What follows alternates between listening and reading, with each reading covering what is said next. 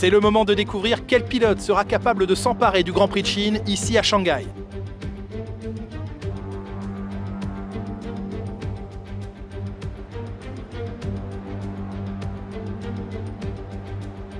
Le circuit international de Shanghai est un tracé très rapide, composé de 16 virages. Les courbes interminables en escargot des virages 1 et 2 mettent le talent des pilotes à l'épreuve tout autant que leurs pneus avant. 2 zones de DRS facilitent les dépassements, la première au virage 1 et la seconde au bout de l'immense ligne droite de plus d'1 kilomètre qui mène au virage 14. Nicolas Martin me rejoint une nouvelle fois en cabine de commentaires. Nicolas, c'est un grand plaisir de vous avoir avec nous aujourd'hui. Dites-nous, vous qui avez une bonne expérience des circuits, comment empêcher l'adrénaline de vous envahir au moment de vous aligner sur la grille de départ? Eh bien, j'imagine qu'il commence à sentir l'adrénaline monter en imaginant le départ jusqu'au premier virage. C'est un peu comme se préparer à aller au combat. L'inconnu joue sur les nerfs, mais c'est une bonne chose. Ça leur permet de rester concentrés sur l'instant et sur ce qui les entoure à mesure que le départ du Grand Prix approche.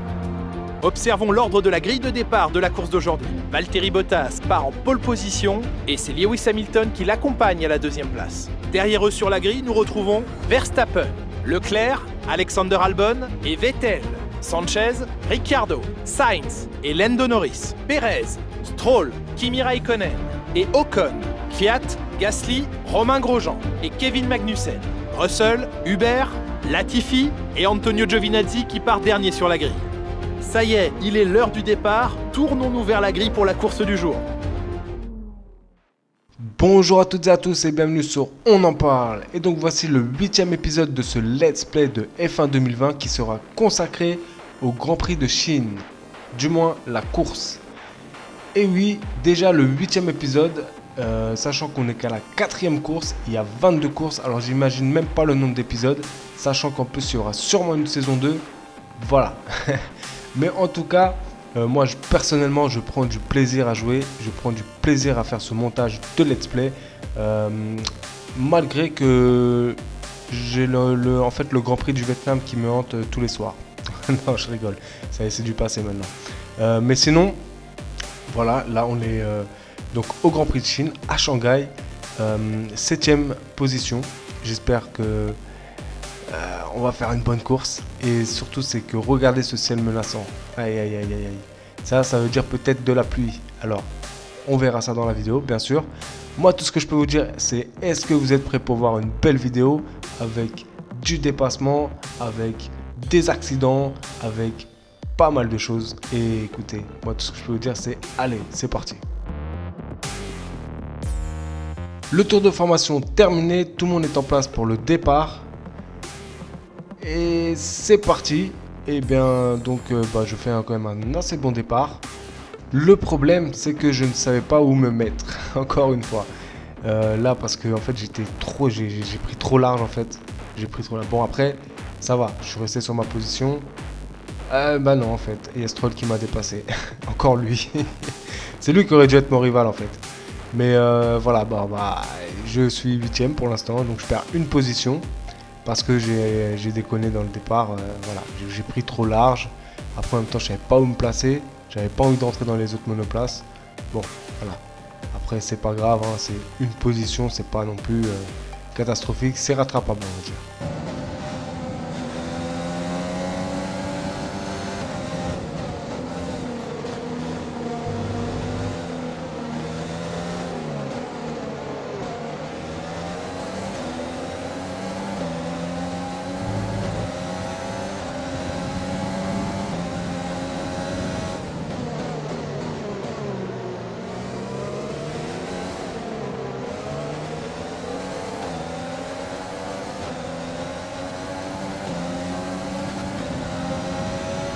Tu démarres pas trop mal, surveille les attaques de tes adversaires.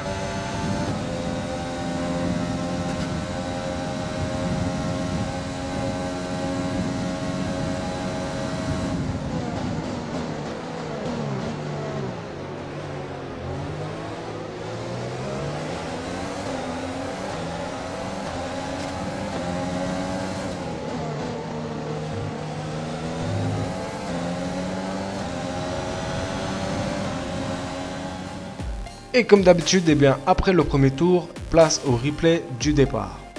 Alors on va voir un petit peu ce qui s'est passé. Mais moi personnellement je trouve que j'ai fait un bon départ, sauf après où j'ai dû en fait me décaler et j'ai pris trop large. Après c'était trop compliqué pour revenir.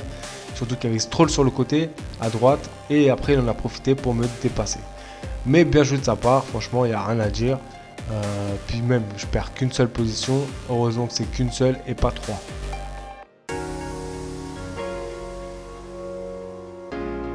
Nous sommes au 8e tour et Ricciardo est bien aidé par le DRS et moi bien sûr je n'ai pas de DRS donc je ne peux rien faire et bien me double par l'intérieur. Là j'essaie quand même, bon bah, je me dis je peux peut-être rattraper le coup mais non c'est pas possible. C'est pas possible donc bon bah je l'ai laissé passer et je me retrouve 9e. Alors on revoit ça au replay et donc dans une grande ligne droite comme ça, sans DRS alors que derrière les monoplaces ont le DRS, c'est quasi impossible de se défendre en fait. On est obligé de laisser passer, on peut rien faire. Après c'est bien joué de sa part, il a pris l'intérieur, Sainz qui était en embuscade, j'ai réussi à gérer et donc bah maintenant je me trouve 9e.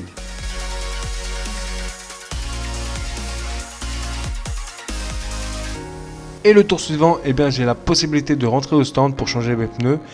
Ricciardo rentre, alors moi je décide de faire un tour en plus. Alors la dernière fois que j'ai fait ça, c'était à Bahreïn et ça n'avait pas marché. On verra si ça marche.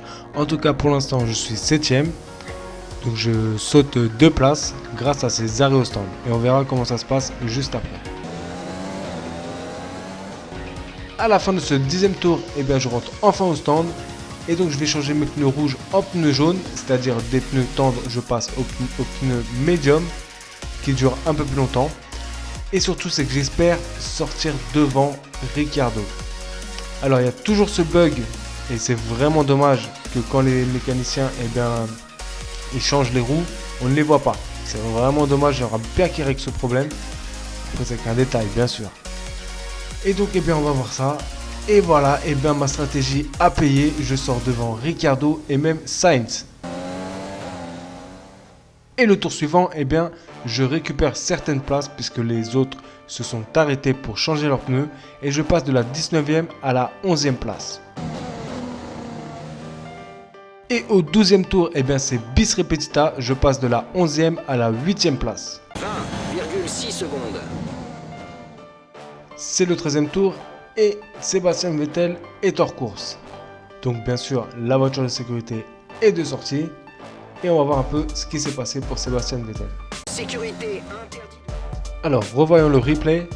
Et donc là, il est en pleine chasse je pense que c'est Verstappen ou Albon, un des deux. Et son moteur a lâché. Voilà. Son moteur a lâché, il a dû se mettre sur le côté. Bon, voilà. C'est pas de chance pour Sébastien Vettel. En tout cas, moi, ça me profite puisque je gagne une place et je suis 7e. Et donc là, la voiture de sécurité rentre au stand et la course repart après 3 tours de voiture de sécurité. 7,6 secondes. Le tour suivant, la rentrée de la voiture de sécurité, je dépasse Stroll de l'intérieur. Après, je l'ai un petit peu forcé quand même, mais franchement, très belle manœuvre. Et surtout, c'est que je passe de la 7e à la 6e place. Et donc, on revoit le replay. Et comme vous voyez, vu qu'il y avait la voiture de sécurité, il y a beaucoup de monde. Et franchement, très belle manœuvre. Après, c'est vrai que j'ai un petit peu forcé. Mais voilà, je me suis dit, allez, faut y aller. Et c'est passé. D'ailleurs, Sainz aussi le doublera juste après.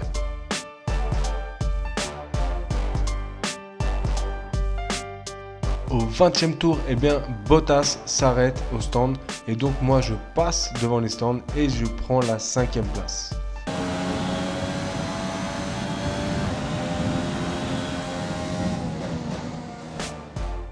Au 24e tour, c'est au tour d'Hamilton et Leclerc de passer au stand et donc je me retrouve 3e. Et oui, 3e, mais ça va pas durer longtemps.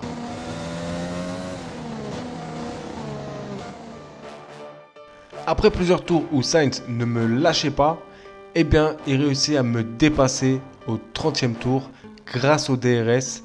Et je le vois passer tranquillou comme ça, au calme, et je peux rien faire.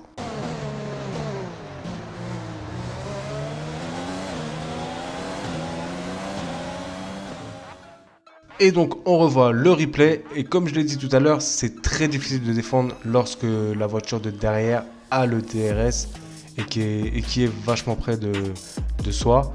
Donc voilà, bon après il fait le taf, franchement bien joué, il n'y a rien à dire. Et donc eh bien je me retrouve 4ème. Mais attention, il y a les arrêts au stand qui arrivent bientôt.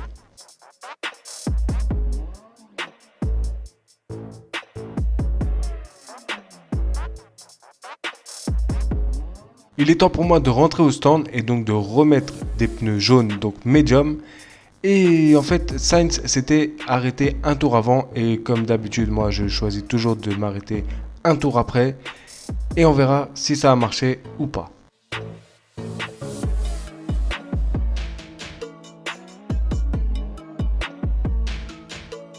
Malheureusement, ma stratégie n'a pas payé ce coup-ci, donc Sainz est passé devant moi et je me retrouve 8ème.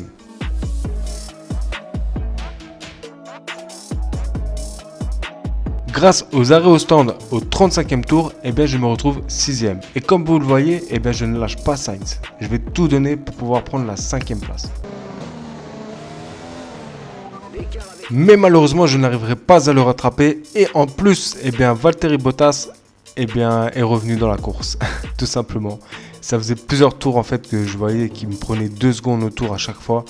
Et finalement, il finira par me dépasser. Ce qui est logique, hein, franchement, voilà. Surtout qu'il dépassera aussi Sainz quelques tours plus tard.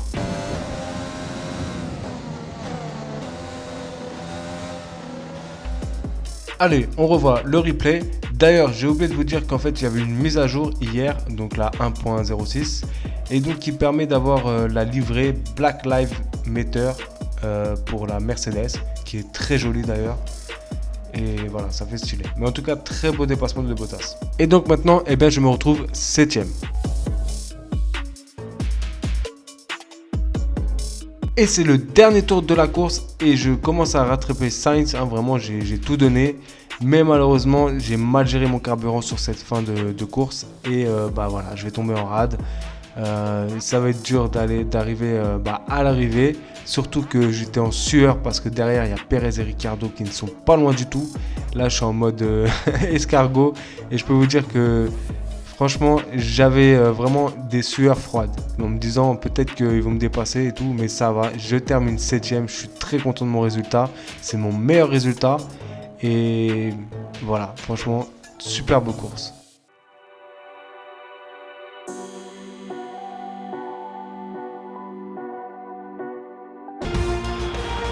Très belle course et conduite exemplaire de la part de Red Bull qui remporte cette victoire aujourd'hui.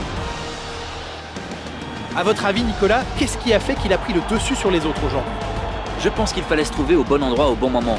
La course avait une toute autre physionomie avant l'entrée en piste de la voiture de sécurité. Ils ont profité à fond de l'entassement du plateau. Cette course grâce à une maîtrise incroyable de son pilote. Ils ont fait beaucoup d'efforts ces derniers temps pour rester compétitifs face aux autres écuries et ça a payé aujourd'hui.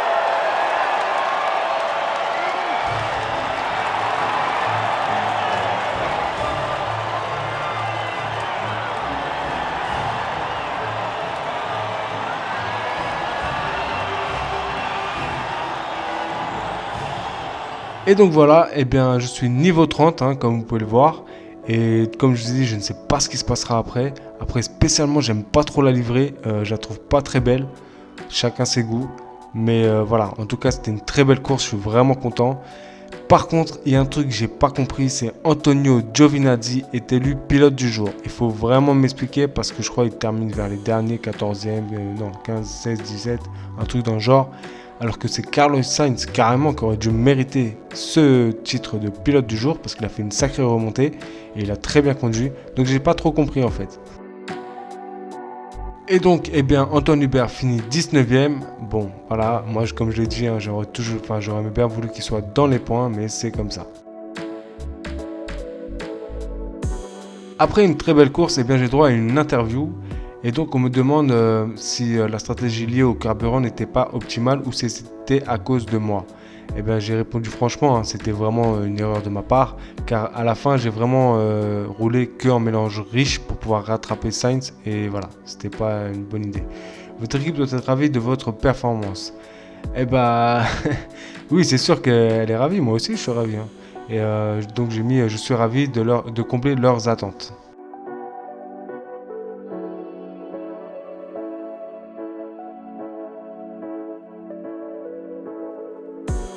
Et donc voici mon face-à-face où je mène 4-2 face à Giovinazzi.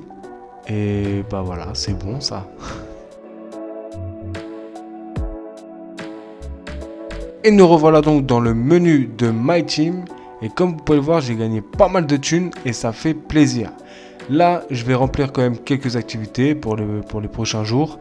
Et j'ai vu qu'il y avait un entretien médiatique et je pense que ce sera pour la prochaine vidéo. Et d'ailleurs, juste après, eh bien, je vais aller faire un petit peu de recherche et développement pour améliorer le plan principal de l'aileron arrière. Donc il y a risque d'échec à 30%, il coûte 600 points de ressources. Donc voilà, ça sera pour le Grand Prix d'Espagne. Au calme. Maintenant, je vais accélérer le temps parce qu'il y a pas mal de choses à faire avant l'entretien médiatique. Et donc, eh bien, il y a une recherche et développement qui est validée. Il y a de l'argent qui rentre, qui sort. Il y a de la popularité en plus.